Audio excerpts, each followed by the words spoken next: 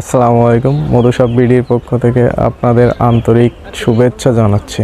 দীর্ঘ 1 মাস পরে আমাদের এই মধু সংগ্রহ হচ্ছে। আমাদের মধু এ গ্রেডের মধু।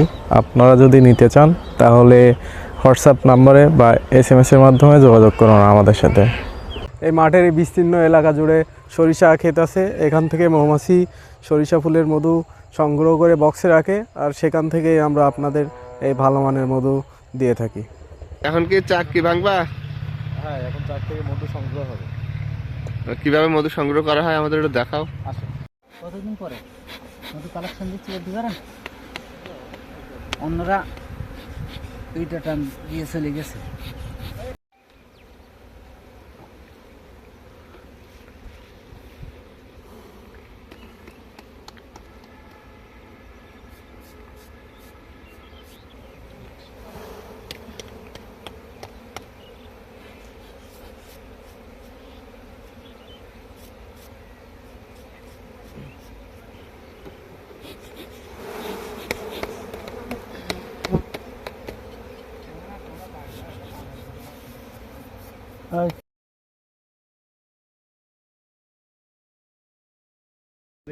আমাদের ট্রাকটা মেশিনের ভিতরে দেবো।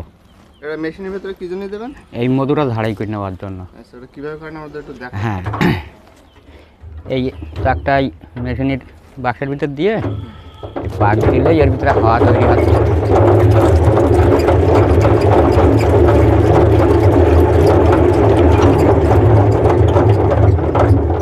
মধু কি বেরিয়ে যাবে এইভাবে? হ্যাঁ, মধু বেরিয়ে যাবে।